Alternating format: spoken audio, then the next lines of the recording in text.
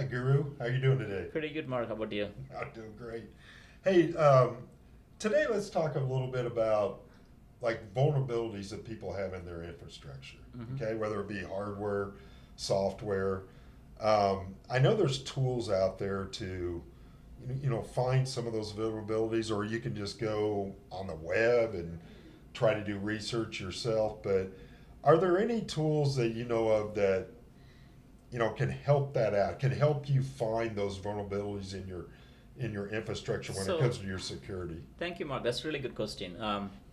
As so much things going around the cybersecurity, the AI, there is mythos, there is so many like vulnerabilities coming out with the newer like AI scanning. Yeah. So that means it's really for the customer to keep up with what are the vulnerabilities related to their hardware and software.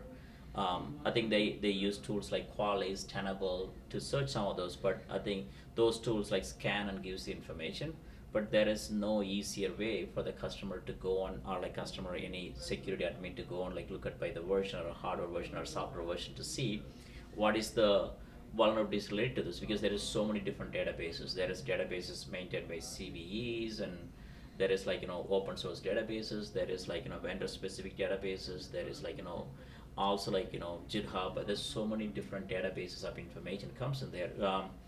I mean, there is tools out there like I think one of the tools like in part of the ZENfra that is called like ZenAtlas, which consolidates the vulnerability across multiple versions, where a customer can go and put the software version, hardware version, they can quickly identify the vulnerabilities around that. So, but definitely that's a tedious process, but this kind of automates them for finding vulnerabilities around the software and hardware. Okay. So just to clarify that, though, Zen Atlas brings that visibility for your hardware and software all into one basically view, right? That's correct. I think the way I think part of the mapping is what we do is, because there is a tools like scanner tools like Qualys and Tenables out there. If they scan it, they give you like really good information. But if the customer has a CMD, their Excel file of their assets, and all we need is like a version. We don't take any like secured information. We put like through our database. They can quickly find out all the information related to this. It's kind of like centralized repository for all the Okay. vulnerabilities. So after we've identified the vulnerabilities Mm-hmm. in the hardware and software, then we have to remediate those vulnerabilities, right? We have Do you really want to remediate it? Yeah, well, I It's, don't. So I think how do people go about doing I think that? if you look at the counts, you're looking at like millions of vulnerabilities. It's not just Wow. ones and twos. It's not that easy. I mean, if you look at your laptops, probably you'll find like so many vulnerabilities on your software. So Well, who's responsible for that then? that's a $1 zillion question the industry has.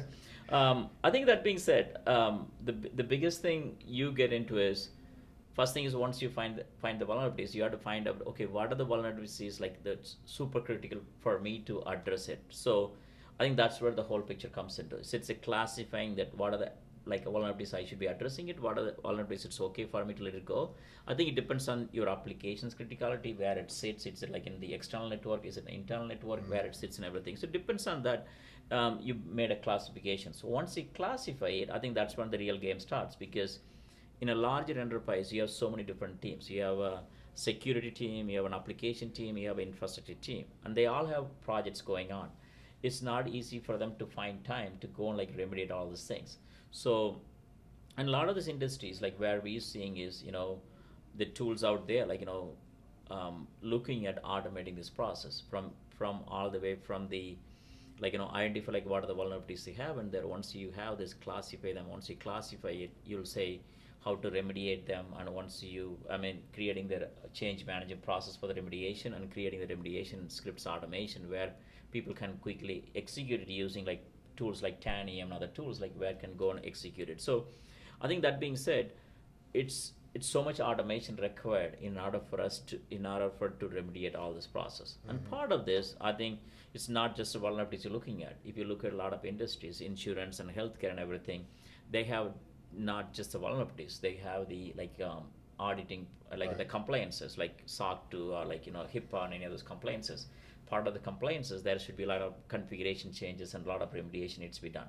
So the smart way to do all these things is you bring your vulnerabilities, you bring all this like regulations, you combine them, you create like packaged way of addressing these issues, then you create a change tickets, and you automate this to remediate the whole thing you needed. Because typically the industry is fragmented. Like you have an auditing person remediates one time, then you have vulnerability person.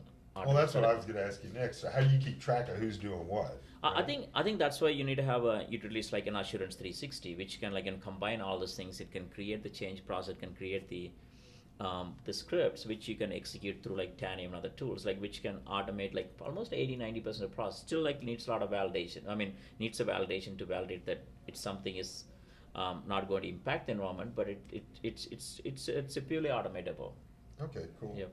And it obviously tracks so that it's all in one visual That's right. I mean, I place, think if right? you're in security, I think one of the things we look for is, okay, once I remediate this, okay, I need to have a documentation or proof that, okay, Yeah. this is something is completed. So that's one of the proof we're looking at. And the second one we look at is like, okay, how do I compare? Okay, when was this remediated? Compare this from my older version to newer version, like, more like in a change control, like, okay, what are the things changed from the older to newer one? See, there is so much things needs to be done because it's so much happening, so much changes happening in the IT enterprise. So that means you need to have a really good tracking of like what's happening in the environment. So I not just agree. not just by manual entries, by the tools and data.